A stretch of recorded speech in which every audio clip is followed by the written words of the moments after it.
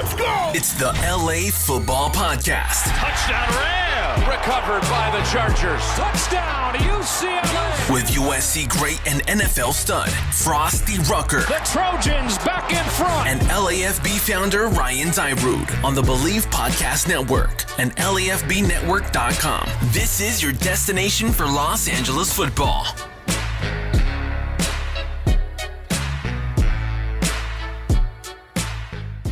Los Angeles, what's happening? What's good? What's going on? This is the Los Angeles Football Podcast here on the Believe Podcast Network, also on LAFBnetwork.com, your destination for Los Angeles football. Tough weekend, had some bright spots, but obviously finishing 0-2, unfortunately, for our Rams and Bolts. We'll get right into that. I'm your co-host, Ryan Dyrud. This is the LA Football Podcast, joined as always by my man, Frostee Rucker. Frost, what's going on, man? Ryan, I'm good, man. I'm pissed off. You know, we're 0-2. I thought both teams had a decent chance to win, especially I thought the Rams were going to win. Hopeful, though, because the Pac-12 is going to resume and people are starting to do press conferences and feeling good and starting to talk ball with our two teams, meaning the Trojans and the Bruins. So, you know, I'm like a 50-50 guy right now. That's good. And I'm glad you mentioned that. You just outlined the show perfectly because we're going to get into this Chargers-Panthers game. We're going to obviously talk about the Rams-Bills game, but then we're going to end the show with finally some USC and UCLA talk because the Pac-12 is officially, as of now, barring any unforeseen thing, as of now, the league's coming back. So we're going to end the show. Reactions, talk your thoughts, talk how we think the season can actually go. It's going to be a 7-game season, but we'll get all into that. I'm excited. I'm excited to finally talk some USC football with you. It's going to be fun. Yeah, you know, I'm a big fan of USC football, and I'm here. I also support the Bruins. You know, this is kind of what is our job now, but, you know, I love talking football. I love talking Trojan football, and, you know, them finally being able to come back. It's just the energy that Southern California needs. You know, that's their team outside of our pro teams. You know, our pro teams are transplants, it feels like. Yeah. But SC has always been there, and UCLA has always been there. So them getting back, I know the kids are going to be energized. I'm pumped about it. Yeah, it's good. Yeah, I can't be more excited. We'll talk more about it once we truly dive into that. So, Frost, before I get into this Chargers talk, I got to commend you. We talked last episode. My Nuggets got their one win. It was before the end of the series. The series is now over. You're rocking the Lakers shirt. So congratulations to you. So I'm foreseeing some stuff. But, yeah, I'm pumped up about it. Yeah. We didn't make any bets, so it's not like you're going to do push-ups on camera right now or anything like that. But yeah, we're champions and we're on our way to the finals. Yeah. I don't know why we didn't do any bets. Maybe just I knew I had no shot at winning. You weren't really like saying they're going to win. You said they're going to win one game. Yeah. Yeah. So which they did. Yeah, which they did. I'm happy. So, you know, we're a year or two away, I think. But rooting for the Lakers now, obviously. You know, we're here in LA, so let's see another Lakers win. What would this be, number 17 for you guys? Yeah, it'll be good. All the banners in the rafters. The Clippers are moving out finally, so they can't complain or try to cover up any of our achievements. You know, our glorified achievements that we have in Staples Center. No more renting. You know, it's just our home now. So I'm feeling good, man. I'm smiling about this. I love wearing this shirt on here. Braun. It's great. One thing I before we move on, you know, it's fun just to talk about all LA sports, but I always find it funny that, and you could totally shoot this down, and not all Laker fans are the same, but just from me being a you know, off looker, not having any ties to the Lakers or the Clippers, any Laker fan you meet says that the Clippers are like the ugly stepchild. Like there's no rivalry. There's really no passion between the two. Exactly, which is true. Yet when the Clippers lose like they did against the Nuggets, I never saw more tweets from Laker fans regarding that Clippers loss ever. Not, like the Celtics just lost. No Laker fans came out and said anything about the Celtics losing to the Heat. It was all about the Clippers losing, and I just thought that was funny. The last couple of years, the Clippers have gained this somewhat energy brewed up over there that they somehow have taken over. If they win a game in the series or if they do anything, they're talking too much. So you can't really talk too much. I get it. You're patting everyone on the back because they won that game. But collectively, as an organization, you haven't won anything. Yeah. Now Doc's even gone. Yeah. Crazy. Right? So they're going to go through this all again, hopefully. Yeah. And they'll be in a new residence. So They can't talk. It's like SC, UCLA, you know? Yeah. No, that's fair. I thought that was funny, but hey, that's why I asked you. So you put the name to rest. I personally, I love Kawhi. I think Paul George has obviously great attributes, but personally, I like the Clipper. Not a rivalry, but I thought it was more fun when it was, Blake Griffin, Chris Paul. They had a little more tenacity and juice, I felt like. Kawhi's he's too quiet for Hollywood. Yeah. And that's nothing against him. No, I have nothing against him. He's also is absolutely an awesome player, MVP type of player, finals MVP. He's a baller, Energy-wise, when Blake and Chris Paul are here, they're throwing alley-oops, Livingston. They had it going on. They're ripping it, running up and down the court. The game slowed down this year. The Clippers, they ran offenses and they tried to do everything technical and into Kawhi's strengths, and they weren't really ripping and running. It wasn't showtime. Yeah. It's never going to be showtime, right? But on the opposite end of that, we have the Lakers that are always going to be showtime because that's what we look for. And I'm just glad we're back to dominating in LA. I'm just back. I feel good about that. Yeah. Yeah, it's true. You had to go through those years with, Timothy Mozgov and Luol Deng and some of those teams that tried out. They got paid. They did. Oh, hell yeah, they got paid. Timothy Mozgov was from the Nuggets, and he signed like a 4-year, $68 million deal with the Lakers. Love it. Yes. Yeah, right. Thank you for taking them off the books. So, right. Well, that series I think starts on Wednesday, so the finals. So anyway, I think it's fun. This is the LA Football Podcast. We can talk other LA sports here and there. Dodgers are obviously they're the number one team in baseball too. So LA is a good sports hub right now. Always is. We're doing good right now. Just get our Bolts and our Rammies pick this thing up. Yeah, exactly. So speaking of that, let's get into the Bolts game. But first, got to mention our partners for the show, Bet Online. We just talked about all these different sports, talked about all these basketball games, tons of fun prop bets on the NBA Finals. You can head over to betonline.ag. They also got spreads, totals, team, player, everything you want to bet on. Just head to betonline.ag and take advantage of the great sign-up bonuses. Again, that's betonline.ag and sign up today. All right, Frosty. So now that we're going to get into our Bolts talk, I got to do this slowly and get it on camera. Brought to you by Golden Road, Bolt Up Golden Ale. So Bolt up, Ryan, and drink that. Mm-hmm. You've had it. It's delicious. No, I'm saying, tell our listeners. Explain. Crisp. Okay, thank you. I was going to compare it to something, and I feel like it was going to be offensive. Is it light? Is it heavy? What? It's light. It's a light golden ale, crisp, refreshing. You can say, I don't want to compare it to a Coors Light and Bud Light. That'd be offensive to Golden Road. But I love Coors Light and Bud Light. So I'm a C- guy myself. That's what Rob calls C-. So I love Coors Light. Big fan. But that beer is tasty.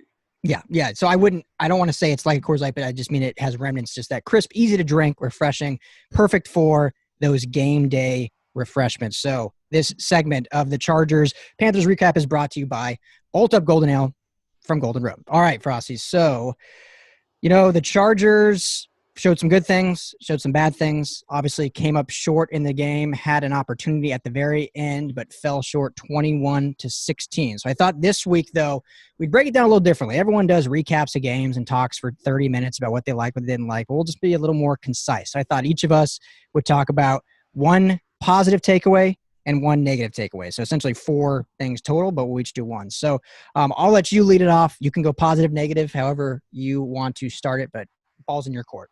Yo, Ryan, so the real positive take from this is how confident Coach Lynn is in his team. As you watch the ball game, the way they run them, call their plays, and then you go to the press conference, win, lose, he's showing so much leadership and confidence in his team that he's not chipping on them. Despite the negative and highs and lows of the football game, as of right now, he's staying so confident and pushing them to get better, and he's putting it on his coaching staff to coach more, teach more, be better. And, for that, in return, he gets the team to fight all the way until the last second on the clock. Like we say, we have a young quarterback here in the situation, but they're still in position to win these ball games, and that's what I like about the Chargers. Yeah, no, absolutely. And you said it, that they have, I think when you look at the tape, when you watch the game, when you go back and watch it, they have everything in place to win. They just haven't been able to finish it out against, obviously, the Chiefs last week and now the Panthers this week. And that's kind of been, unfortunately, the MO for these Anthony Lynn teams. But I think they've kind of changed guard. They have different players. Obviously, they've obviously been hit with injury bug. But I do love, like you said, Anthony Lynn taking ownership. The first thing he said, I was in his press conference, and basically came out, his opening remarks were, turnover battle, but that's on me. That's on our coaching staff, not preparing these guys correctly. Never once said, hey, this guy needs to do this better. Justin needs to hit this window better. He said, that's on me for not preparing them. And that's been the biggest thing for Anthony Lynn in his tenure, is just the leadership qualities and why I think this team can still definitely turn the corner. And I hope he can continue to be like that, because being a positive leader in that locker room and that organization is only going to fuel the team. But I do want to ask or question, how long do you think that's going to last for? Because as the old rule goes, you can blame coaches before you know it, then we start blaming the players.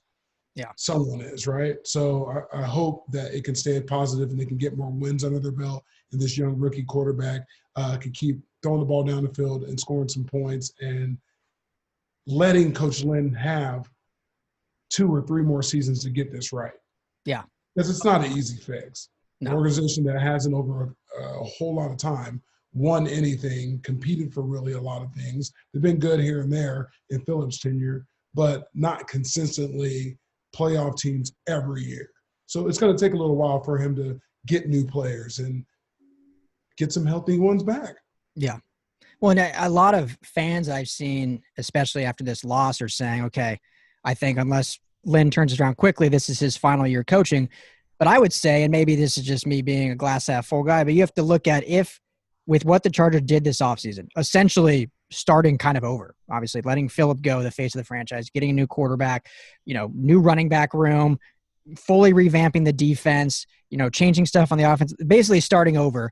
And they said, okay, Anthony Lynn's our guy for this start over. That's almost like you're starting over his coaching tenure. You can't all of a sudden give him a whole new team and say you have 14 games before we decide if you're moving on or not. Now, I know this is a results-based business, but he should be given, I think, more time. Yeah, absolutely. And this is like you said, it's a production-based business, as I like to say it. Shout out Coach Brinson Buckner. He used to always say that in our defense line rooms. Mm-hmm. Football is a production-based business, and you have to win. Ultimately, before you know it, we hope Coach Lynn doesn't end up like a Hugh Jackson, always waiting, doing what's right, saying what's right, but then ultimately losing his job because of what's surrounding him and what's going on. You can only stay so positive and so long before you have to rip the Band-Aid off and really drive into what needs to happen. And what needs to happen is they have to win consistently. Yeah. And now they have a rookie quarterback. So what do? You do give him 2 more years to right the ship. You can't say 14 games. You can't say at the end of this, we're going to see what's up. You can't do that to him. Yeah. Last question for you, and then I'll get into my positive. But as a player, when a coach does have your back, when he's always taking responsibility, or if I'm assuming you've had coaches like that, but what does that do for you as a player when you're like, okay, our coach is taking the fire, taking the bullets, he's not putting any of this on us. Now, how do we change gears to give back to our coach? Does that kind of fire you up? Ryan, absolutely not for me. I've always tend to play a lot better, play more enthused, play harder when the coach is riding you a little bit and telling you you're not really doing as good as you think you are. And don't read the newspaper clippings, or if you did do it, he's going to point the finger and said, yeah, you didn't do right on this third play of the third quarter. And that kind of keeps the accountability going. Mm-hmm. At one sense, I'm talking about something later on in my career where that's how I could receive it. But maybe earlier, I did like the pats on the back and, you're going to be all right. I'm going to take this one, but you guys got to show up. Yeah. That does work.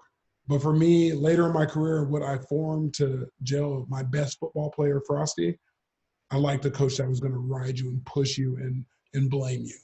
Yeah. Oh, understandable. I think, again, I haven't been in the locker room, obviously, all the time seeing Coach Lynn, but what we saw a little bit in Hard Knocks, which I think was kind of cool, is, behind those closed doors, I think he is more like that. Like we saw the scene of him talking about blocking and stuff. Like, you will not play for this team if you don't block. When he called out the rookie running back for being 30 pounds overweight, and he head into him, like, you will not play for this team if you cannot take care of your body. But I think it says something when in the public eye, then he puts it on him, like, hey, this is on me. But behind closed doors, yeah, rip them all a new one. Yeah, you need to do this better if we're going to get this right. Oh, absolutely. And that's just what it's going to take. So my whole question is how long is he going to be to the public like this? Mm-hmm. But he's a high character guy. I don't think he'll ever change up. Yeah. I just know at some point the players have to take accountability and win these ball games. because I'm sure he's going over the stuff. I'm sure he's going over the down and distance and situational football. And, look at their last play they had on offense. Yeah. Right? I'm sure they went over it. They just didn't execute it. And, and it was there too. What can he do? He's positive for his team, but I know, the Monday morning video session was probably a rip session. Yeah. Oh, I'm sure. So, all right, well, let's get to my positive, and I'm going to take the easy way out and just go with Justin Herbert. I think the kid obviously has the moxie, has the talent level, everything we've talked about in the past. I think he's displaying. Obviously, there's some growing pains. Had the interception there, had the fumble, but I think he, played very well. Had over 300 yards again. Had a 71% completion percentage, so very efficient with the football. And he looks the part. I think when I was kind of looking through the film, and what made me kind of think like, okay, this kid's got it, is some of the passes. That touchdown to Keenan Allen, I think, was unbelievable. Hitting the window between like a safety, a DB, and over a linebacker. Yeah. Perfect trajectory of the ball. But then and I always want to put respect on Philip Rivers' names because of what he's meant to this organization. But for the last couple years, every time the Chargers were in a crucial situation, usually last drive of the game, almost always ended in an interception. Last year in particular, I think there was like 5 instances against the Chiefs, the Lions, the Texans, tons of games where they had a chance to go down and win, and Rivers threw an interception. And I think Herbert, yes, had that early interception, but his last 2 drives, the first one going down and scoring a touchdown, and in the final one, they had to go 99 yards to win, and he put them in a position to win. And if they executed that hook and ladder, which was there, I mean, the pass to Keenan Allen was perfect. The opening was there for Austin Eckler, just didn't quite happen. So I see that, and I'm like, okay, this is a kid that has the tools. He doesn't fall short when the big moment's there. I know we're just here in the early season, but 2 games already, 2 big-time moments, and he's risen to the occasion and hasn't fallen in his face. So I think the future is very bright for him and this Chargers team, that's going to be your face of the franchise. So that's my, for sure, biggest positive takeaway right now from this game. Great positive. That kid is onto something. We said it last time we got a chance to talk. This kid will end up doing something special if we're just able to make sure he's healthy the rest of the season. He's just going to continue to progress and show you why he was a 6th overall pick. He's showing up every week. Now going into each game as a starter, you're just going to continue to see growth, new play calls, and they're going to sit here and figure out what really works for Justin as this goes all the way into their bye. And then they'll probably have a good package, and I'm really going to be excited for the second half of this football season because they're going to have time to regroup, look at it, and fix any little thing that they don't like. And I think his ceiling is just, he has no ceiling. I think the kid he has what it takes, and he's showing it every Sunday. Yeah, no, great point. And, last thing I'll say about him is you see that one play, I think it was on that second to last touchdown drive, and he gets hit in the backfield, goes down injured. Everyone you can just see like, great, here we go again, injured quarterback. Ends up just basically, I think, getting the wind knocked out of him, but it has to obviously by rule has to leave. And I think it was either I'm trying to remember, it was either a second down or a third down play. And so a lot of coaches say, you know what, there's still 10 minutes left in the game. They trot out Easton Stick. If he doesn't convert the first down, we'll live to fight another day. And what does Anthony do? He burns a timeout, which may have actually been pretty pivotal at the end of the game, but burns a timeout to get Herbert back out there because that's the guy he wants running this team in that moment. And they end up converting and going down and scoring a touchdown. So that little tiny thing shows me how much this team truly does believe in him. And they need him there to, handle all the big moments. So hats off. Those are the things that are going to push Justin to the next level, knowing that the coaches and the whole organization is behind him to be in those moments, because those are all teachable live rep moments that he needs to be able to critique on his own, critique as a team. So I like that. Yeah, so we'll see if he can get his first win next week, which we'll talk about next episode, another tough matchup for the Chargers. But for us, let's go ahead. Can't always be sunshine and rainbows. Let's talk about a negative in this game. Well, it's got to be the turnover battle, Ryan. Let's just be real. They gave the ball away 3 times and didn't get any in return. And you and I know both, and I think everyone that's listening and watching knows that if you can't win the turnover battle or at least get even on it, the chances of winning are very slim. And that's ultimately what shot them in the foot. You can say it came down to one play at the end of the game, but it's those 3 plays that they gave the ball away, the short fields. Yeah, the majority of the time they gave a field goal and it wasn't touchdowns, but still, that 9 points field position, that controls the whole game. So it's going to have to be turnovers. Yeah. I mean, you've played in this league long enough, and I've watched this game long enough that very rarely do teams win games when they lose the turnover battle. And that was the first thing Lynch said, too, in his press conference was, hey, 3-0 turnover battle. We're not going to win any games like that. And they didn't. So when you lose a game by, what was it, five points, 3 turnovers is going to hurt you. So they'll get that cleaned up, I think. Before we move on, I'm curious, Justin Herbert's fumble, the old classic, we can call it the tuck rule, whatever you want. Now they've kind of revised that definition, but the arm was going forward, but it looked like an empty hand. I know you're a defensive guy, but this is our team. Did you think that was a fumble or was it an incomplete pass? Ryan, look at me. It's a fumble.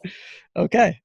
I'm going to go for defense. I know this is a Charger. You're going to say anytime the ball is on the ground, it's a live ball. Live ball. Go get it. Okay. All right. I had to get your thoughts. I figured I knew the answer, but it was ruled a fumble, so it doesn't matter what we think. In reality, that's the way it went down. But yeah, hopefully they'll get that cleaned up because that certainly is not going to help them win games. So, so my negative, I was looking through the defense trying to find negative, and I couldn't find one. I thought the defense played very well. They were given a lot of short fields, like you already mentioned, held them to field goals. Bosa had another pretty big game, had an unfortunate offsides, which was kind of a big deal, which was definitely could be a key factor. But overall, I thought he played very well. The linebackers played well. Kaiser White was all over the field. Nasser Adelaide looked finally like the guy they drafted. I think he had 9 total tackles and playing that free safety role looked good. So I look back to the offense and, Keenan Allen had a monster game, 13 catches, 132 yards in that touch that I mentioned. Austin Eckler had 12 carries, had 11 receptions, so almost 25 total touches. And then outside of that, that was basically it. So if I'm going to really be nitpicky here, my negative is, and we talked about this a lot last year too, is the Chargers need production from more than just their top skill players. Mike Williams with 1 catch obviously had that kind of weird offensive pass interference call early in the game, but, got to bounce back from that with only 1 catch. Hunter Henry did have 5 catches, so I should have thrown his name there in the beginning. But after that, nothing. No production. Jalen Guyton didn't do much. The 2 rookies, KJ Hill and Joe Reed, non-existent. KJ Hill did have 1 catch finally. Joshua Kelly, did well with his 8 carries, but that was it, 8 carries, and a lot of that play calling too. So for me, and I'm curious what you think about this, but for me, it's just they need more production from besides their big 3 guys. Yeah, and it's just been, this is the only week that they weren't getting the production because the weeks past they have been playing well and guys have stepped up and ran the ball really well, gotten over 100 yards and such. I think this game they just didn't produce. I think no one made a play. We were all itching and waiting for them to make a big play. And constantly there would be little bits and pieces here and there, but it was never one of those exciting plays. And Mike Williams is the guy that I thought would be taking this big, giant leap this year in this offense. And even with this quarterback, I thought Keenan and Mike Williams were going to be his go-tos, throwing Hunter, but I thought Mike Williams was really going to step up, and 1 catch just doesn't do it for me. Yeah. No, totally. Not at all. And he can be one of the premier, especially deep threats, but he just overall receiver in this league. And when you have 1 catch, it's not going to do the case. So I want to see him much more involved, which I'm sure there'll be a point of emphasis in practice. And, you're still working out their chemistry too. Justin Herbert first week as the starter. So we can't, discredit too much to that. But anyway, that's one of the negatives. Obviously the overall negative is the loss, but hopefully we can see a new rebounded team as they travel to Tampa Bay. I'm going to have fun talking about this game with you next episode because this was before you joined the show, but I dedicated a lot of time in this, and I'm just going to preface it briefly so people can chew on it throughout the week. But I put a lot of time into, during free agency, Tom Brady was the big free agent, and the 2 hot ticket teams for him to go were obviously Tampa Bay, where he went, and the Los Angeles Chargers. I was a big proponent of the Chargers should not sign him, not because of what he's done in the past, but just where he is now and how much money he costs. Obviously, he didn't sign. So it'll be fun to talk with you when we preview this game, if that was the right choice, the wrong choice, how that matchup will be. So anyway, just wanted to throw it out there. That'd be fun. Yeah, it's going to be fun. Good team, and hopefully we can get some good guests on there. I do know a few people in that organization. So maybe we need to make some calls. I think so. I think it's time to hit that phone book, Frost. Hit that phone book. So. All right, so yeah, we'll see. Hopefully the Chargers can bounce back. But before we move on to the Rams, Frosty, we're trying a new segment. I like to call it, I'm a big alliteration guy, so I'm going to call it Frosty's Final Footnote. It's just anything from this game that we can just put a bow on it. You'll say the last thing, and we put a bow on it and move on. So what is your final footnote of this Chargers-Panthers game? All right, Ryan. So my final footnote of the Chargers game is that Chris Harriott, the stud 10-year veteran, is injured. We have to really pay attention to who's going to be stepping in this line. You never want to try to replace a guy that's a veteran, so smart, so skilled on the football field. So pay attention to who takes his role. And he's out with a foot injury, so it may take a little while to recover. Hopefully, Dr. Nima can shed some light on that. Yeah, tough loss though. We'll see. Obviously, Desmond King, I'm sure, much more involved. He was the big, nickel slot guy last season before Chris was there, but huge loss as he was the big free agent acquisition. So, get healthy soon. Chris, hope to see you back on the field. But with that, Frostee's final foot. Now let's go ahead and move now. So this Rams segment now brought to you by Whose House? Blonde Ale from Golden Road. Got to throw that in there. So Whose House for you Rams fans. But man, crazy game, Frostee. They fall down early, 25-point deficit, come roaring back to take the lead, 29 unanswered points, and then unfortunately lose it at the end as Josh Allen drives the Buffalo Bills down and scores essentially a walk-off touchdown, 15 seconds left in the game when they turn the ball back over. So we'll do it just like we did the Chargers segment, one positive, one negative from each of us. I'll let you start it off. You can start positive, negative, however you want to do it. Take it away, Frosty. Well, that's two positives in a row for me. I don't understand why you're not wanting to step up and go first, but don't let me do this. Age before beauty. Positive ever I'm doing this game. We're not going to go through first, second, third, fourth quarter. We already talked about we're not doing that. So the positive I'm taking out of this game is the offensive line. Let's think about it right now. The offensive line is playing really good. They're keeping golf up. Oh, as you drink a nice cold beer. Jealous, can't lie.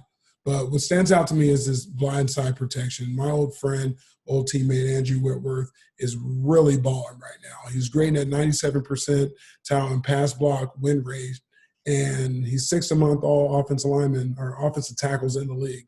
So he's keeping them upright. Goff has supreme confidence in his blindside, and that's my positive of the game.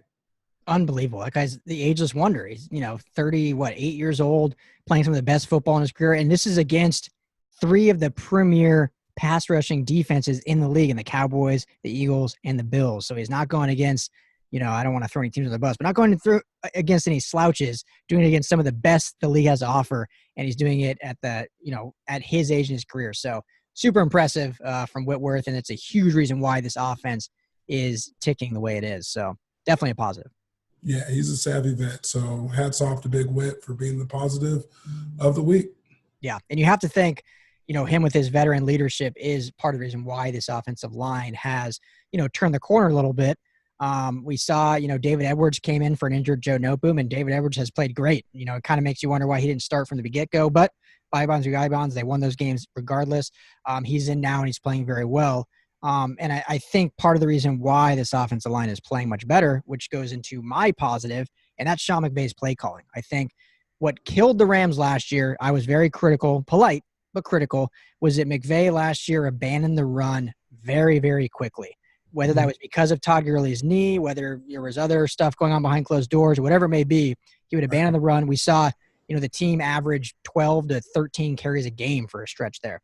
This year, not the case. 40 carries in game 1, 39 carries in game 2, and now in this game where they were down by 25, still rushed the ball 32 times, and they're able to get back in this game because of that variety of offensive play calling. It makes it easier on the offensive line when you don't have, 6 guys pinning their ears back just knowing you're going to pass every game, and you got to hit pass pro with 5 of you and you're outnumbered. When you have a little variety there, play action, all that, the play calling takes a lot of the pressure off your quarterback, off your offensive line. So that's my positive, is seeing Sean McVay maturity as a play caller to stick to his guns, trust his guys, trust the game plan they have, whether the scoreboard says what it is. And it showed this week in a huge way that they were able to get back into it. I think that's a big reason why. Yeah, I'm a big fan of Sean McVay. And I think that's exactly what you're talking about, is the study they did this offseason. They had extended time this offseason to really gut the things that they do. Losing Todd, gaining these other guys back by committee, waiting for someone to step up. But he's been so consistent in balancing the offense that it's only going to pay dividends down the line. Because, like you said, later on in the season, when people are pinning their ears back trying to get into a playoff race and playoff spot, he's going to have such a balanced offense. Guys going to have to continue to be disciplined, and they won't be able to get a a step on coach knowing that it's going to be a screen or something like that. Now they know he can run the ball and he's going to run it 30 times. So you got to bring your big boys pads to play versus Sean McVay's offense. Yeah, and I think the thing too about it is it's who he's running the ball with. So it's not always just a simple, HB dive or, a running back smash play. They get Robert Woods involved in the rushing game. Cooper Kupp every now and then is involved in the screen game. So they get a lot of guys coming in and out doing different kind of diversion kind of things. So he's so creative, man. He's so creative the way he spreads the ball around.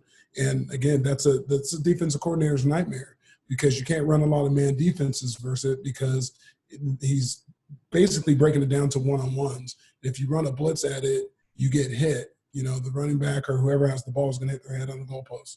Yeah. It's kind of a random question for you, but you were starter almost all your career. But towards the end, did you ever run scout team ever? Yeah, I did all the time. Was there an offense that you ran scout team to emulate where you were like, wow, this is a very complex offense, or did it never get that crazy when you're running scout? I would say my last year going versus the Kansas City Chiefs, I think they just have so many trick plays that you find yourself practicing trick plays as for regular powers and split bellies and things like that you're normally getting your fit with. They run so many slip screens and stuff to keep you off balance. And I think that but I did do scout team the majority of my career, even as a starter. I always stole a rep here and there and gave a good look. And, it kept me – because when you're off the field on defense, you're just off the field and you can be, playing football, golf with pylons or whatever you want to do. Yeah. I like to rotate with the guys, and usually it's the practice squad guys, and they don't have subs. So when you're doing that, you're chancing yourself getting hurt, but you're also showing your teammates and the people that are lower on the totem pole what being a professional is all about, and it's helping your team ultimately week in, week out. Yeah, well, that's why you were a captain, and that's how you make your team better. And I just got to say, I was looking through clips for our last episode, looking for highlights, and I saw in your last year with the Raiders when you played the Cardinals, and there's the highlight in their locker room when John Gruden gave you the game ball. That was a cool moment. I got to watch that. That's cool. That's my co-host. It was a touching moment, man. It was real touching. It's been 5 great years in Arizona playing great ball, getting NFC Championship game, becoming a father there. Becoming a captain on the football team. There's so many monumental things, and to be able to come back not on bad terms and just play a free-spirited game with, some of my best friends that would be lifelong friends. It was good. And then, to get rewarded a game ball after that, something that I can give to my son and, show him and tell him the story of it and how it came about. So, yeah, it was awesome. Seeing the clip, Coach Gruden's a good guy. Yeah. It was fun. It was fun to watch and obviously deserved. So it was cool. But okay, so where were I? I'm getting a little sidebar there. Okay, so we're getting into now the negatives, unfortunately, from this game, which there were plenty because when you go down 25 points, probably a lot of things went wrong for that to happen. So Frost, go ahead and start off with your negative. Yeah, I'm going to go with the slow start. I don't care how good this team is. You cannot start like that. If say, for instance, half of what they did out in the field with their slow start was retracted, they probably would have won that game, if their offense got it rolling quicker. Yeah. They would have won the game because they showed on one end how dynamic and how skillful and how good they really are to get back in a game and dominate a football game. But that slow start is ultimately what cost them because if they would have scored earlier, I think it would have been a completely opposite side of the game. But they played a great quarterback in Josh Allen. Yeah. Now he can compete. That guy's good. Okay, so I'm just for fun. So you're a Josh Allen guy. I've never been, but he looked good, and this year he's playing MVP caliber football. I mean, he's playing great. I think knowing Tom Brady's not in his division, even though Cam's playing great, but knowing Tom's not there, that's going to take all the press from him. He's going out there lights out, and he's playing his game. He's playing tough. He's getting up, and he's taking shots. He's getting sacked and thrown around by Aaron, and the guy can compete, and he'll drive the ball all the way down the field. Obviously, he can throw it 100 yards in the air, but he's doing it on Sundays, and he's using his feet, and he's being very athletic, and he's going to the right place with the ball. And after watching that game, he made me a fan. No, totally, and I love what teams like the Chiefs, the Bills, the Ravens do, because they've taken these offenses, thrown the playbook out, and built an offense tailored to what their quarterback does well. Because let's face it, Josh Allen probably wouldn't be great in certain offenses. He has a certain skill set, and Buffalo's done that, and they showed it off on Sunday. And that kind of leads into my negative, which, goes into the slow start also. But on the defensive side of the ball, they look like in that first half really could not stop anyone. And this is a good Bills team. This is a good Bills offense. But they made the offense look like the Kansas City Chiefs. They made Josh Allen, who is a up and rising quarterback, but they made him look like Patrick Mahomes because they got zero pressure on him. The pass rush was a huge, huge issue for most of the game. Obviously, late in the game, they turned that around, which was a great positive, being able to schematically change things.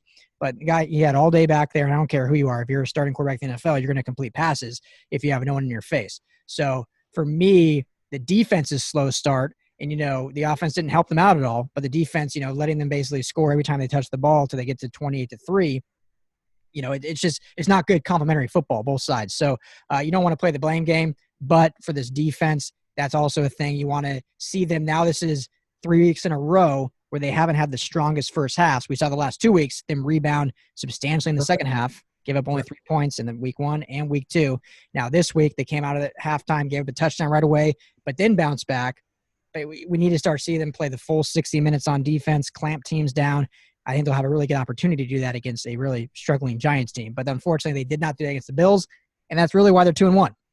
Yeah, absolutely. And I think it's time for the defense.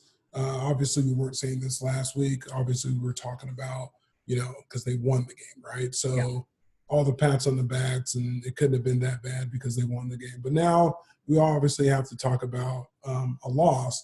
And with that being said, it's time for Aaron Donald or one of these leaders, just because they did lose the game and it was because of a slow start and the team was driving the ball and scoring on them. Someone has to say there's a certain standard here on this team. Mm-hmm. We all know how good they are. I think they know, but I think to be that good, they have to dominate and they have to really go on a roll. And this is going to start with this Giants week. I really feel like this would be a great game, not to talk about the Giants, got a couple buddies that play in that team or whatnot. Mm-hmm. But what I'm saying here is that if they're a team that's not playing up to their potential, you're supposed to beat them like that. So this would be a great game to see the Rams come out fired up and take it to them all 3 phases of the game. Yeah. Well, I mean, every team in the NFL has talent. Every team can beat every team, but there are teams better than others. And this Rams team right now is a better team than the Giants. They should be able to handle business. And a lot of that comes down to just consistency on defense. And the last thing I'll kind of say about them is we praised Micah Kaiser last week, who had a phenomenal game, 16 tackles. And then this week, kind of Jekyll and Hyde, very different game from Kaiser, who did not show out and not play the same way he did. A lot of missed tackles for everyone on the Rams defense. So we'll just want to see that consistency build up, and I think they'll get there. They're still learning a new scheme. There's still a lot of things to work through. Yeah, absolutely. So they'll get there. Obviously, Aaron Donald, dude's amazing. Yeah, I'm definitely not throwing this team away. I just know no. they can play at their potential and give the fans what we know they have. Yeah, we'll be all good. Well, and I want this every time this podcast. This isn't going to just be a jerk fest of these teams. So we'll say it like it is, and these are things they can improve on. And the Rams, though, are a very good team. I think that comeback proved that they're one of the better teams in the NFL. Obviously, they didn't get the win, but it proved that they're a team that can be reckoned with, and they should be playoff bound. But we still have a long way to go for that. 13 games. I'm not a mathematician, but 13 games left. So last thing I got to ask you, because obviously it would be silly for us not to at least bring it up. And I know fans are very opinionated about this, but the game essentially came down to one final play. And it was the, defensive pass interference called on Darius Williams. It was, talk to a Rams fan, it was an absolutely horrible call. Talk to Bills fans, it was the right call. Talk to someone that doesn't have any ties to the game, and it was a ticky-tack call, but maybe the right ones. I probably know which way you're going with this, but maybe it's our team to go differently. What'd you think of the call? What'd you think of the situation? Do you agree, disagree? What's your thoughts? Well, we all know Frostee's a big component and a big fan of defense, right? I'm all about the defense. But I will say I would think it was pass interference. By the rules, you can't tug on anyone past 5 yards, and there was still contact. if you want to go ticky-tacky and think the moments of the game, why now throw this when those guys have probably been battling the whole day and it's been clean, and now you're going to call it? I get it, but if you look at the film, he was on him, can't touch him past 5 yards, and the referee has the right to throw that flag. Yeah, no, I agree. It's hard, and I said it. I did a little live thing right after the game. That's what I said. Like, by rule, gotta let him go after 5 yards. And usually, unfortunately, if a defender raises their hands up, usually means they probably did something, or they know I probably held too long. Exactly. My hands are up. Don't call me. And his hands immediately went up, usually signaling, yeah, he probably held the guy too long. So and then they throw the laundry, and then that's why everyone's pissed off. Yeah, so it's unfortunate, but I think I look more to on that same drive, a 3rd and 22. You give up a first down on a 24-yard pass, and then after that, you have before that pass interference, it was 3rd and I want to say 20 again. You give up almost 12 yards on a pass, so then it's 4th and 8 going in. Where it could have been 4th and 20 or whatever it was. So, opportunities to end the game earlier before that. Obviously, that was the call that kind of sealed it, but, we'll bounce back. So you learn from those things. Yeah, we do. You learn from those things. That's what Monday morning truth sermons for. That's right. So we will get into the Rams-Giants game next week. Try to get a guest on, not next week, later this week. That's the next week's game. So we'll get into that and try to get a guest on too to help us preview that. All right. But to end the show, we can finally talk about some Pac-12 football, some UCLA, some USC football. We've been waiting to do it, but there just hasn't been much to talk about, but finally we can, because it's been announced that foregoing any unforeseen instances, the league will be back playing on November 6th. So Frostee, first, before we kind of talk a little bit about the actual teams, what went through your head when you actually heard the news that Pac-12 football, which we all thought was going to be pushed off till spring, is actually coming back in just a little over a month from now? I'm just jacked up about it, because I take myself back to playing college football and just knowing how important it was, and the reason I was in LA, the reason I was living and breathing was to play college football. Yeah. And this, for a few months here, have been taken away from these guys with no set in stone answers on or when it's going to come back, how, whatnot. And for it to come back and say, we're going to put a targeted date on there, guys, you can get back to playing ball, practicing, resuming they're already doing conditioning, but just practicing and being all in on football, man, it got me going. As you can tell in my voice, I'm excited. I'm excited for the guys. Oh, I mean, I'm excited myself as a fan. I'm excited for us for this show because it's more content that we can get into and provide. But I'm most excited, like you said, for these players who have given everything to get to this level in all their high school careers and in the short college careers that some of them have had. And then have that kind of stripped away and now given back, even in a shorter season. I'm just stoked for them that they can, all this hard work can start to put out there. So that being said, it's going to be a 7-game season for the Pac-12. Series. Series, I guess. It's short enough. And it's, from what I can tell, it's going to be 6, I guess, if you want to call them within your division, so South and North, and they'll have 1 outer division game. The schedule should drop later this week, so we'll talk much more about the schedule next episode, which will align perfectly with previewing, so we'll preview the schedule. But that being said, Frostee, do you think with a 7-game schedule, the Pac-12 can conceivably have a team actually in contention for the college football playoff when you have the SEC playing, I believe, 10 games, the Big 12 and the ACC, I think, is playing 11. The Big 12 is playing like 9 or 10. Can the Pac-12 put a team in there with only 7 games? No. And do you know why I'm saying this? I'm saying no because it's going to be virtually impossible. Maybe if a team goes 7-0 over the stretch, maybe if they dominate. They got to win by 30. It's got to be points. It's got to be like, this is a clear indication that this team needs to play versus one of these teams in this, this series. Yeah. But I have a feeling a late start, someone's going to lose a game and they're just going to wipe their chances out. And that's going to be unfortunate for them because they don't get the longevity of it and, to bounce back and to know how the points are going to end up. They only got 7 games to get it. So I don't think it's going to be possible. Yeah, it'd be really hard. And the Pac-12, at least recently, and I think it's impressive because I think the conference is more closer than other conferences, but these teams just eat each other alive. There's never like one team that's so much better. Obviously we saw Oregon and Utah kind of pull away last year. USC was like right there. But it's not like the SEC where Alabama's just leaps and bounds better than everyone. ACC, Clemson's just leaps and bounds better. The Big Ten, Ohio State's leaps and bounds. Pac-12 is all much closer, and these teams just eat each other alive. So unless someone in a COVID offseason was able to somehow pull away, I think it's going to be really hard too. So unless, say our USC Trojans, are beating teams by 30, goes 7-0, and Alabama loses 2 or 3 games, Clemson loses 2 games, then maybe they have a shot. But I think they need a lot of help, unfortunately. Yeah, they do. And I just don't think it's going to happen this year. But glad everyone's back. Glad everyone's safe. They're going to do their testing. I was checking out the Pac-12 network that what they were going to do as for each team and how they're going to test them daily and do everything they can do right to keep these guys on the field and keep them safe.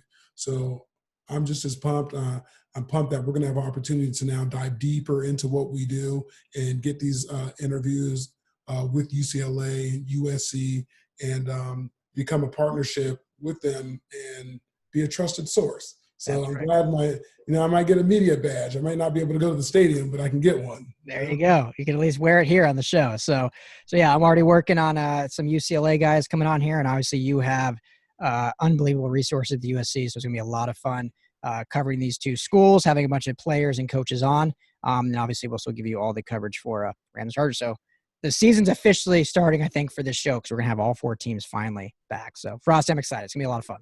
Yeah, I'm pumped, man. So, well, guys, and thank you so much for tuning in to the LA Football Podcast.